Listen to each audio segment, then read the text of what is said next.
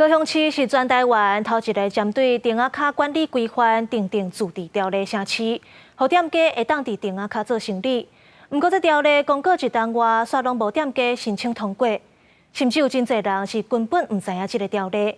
议员嘛接到不少陈情，认为条例内底细项的规定要赶紧定出来，才会当减少电话卡乱抄抄的问题。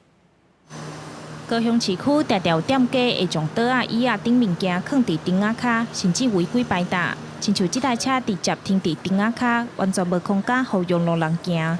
高雄市订定电话卡管理使用条例，开放店家会当安心营业，只要有留1米半的空间就会使。不过条例细项到打拢无定出来，摊商甲店家拢唔知影。细节的。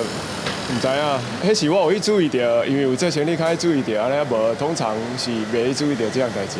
对啊，有的店家的物件嘛是需要爱整理的啦。高雄市伫2022年通过电话卡自治条例，不过实施1年多，因为无条例细项，到打也无店家申请。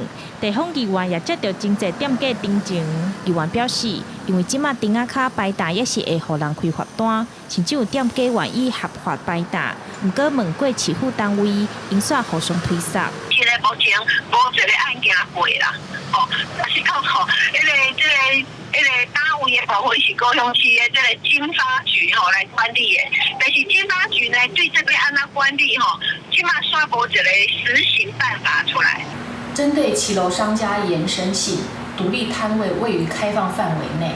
为顾及人身安全及保障私有权，将规范示范点示范。经发局表示，未来按算会找4饭店来试办，日后会公告。议员是建议市府爱加强宣传，细项也爱赶紧定出来，莫互大家看甲不飒飒。记者钟义辉、邱昭勇高雄报道。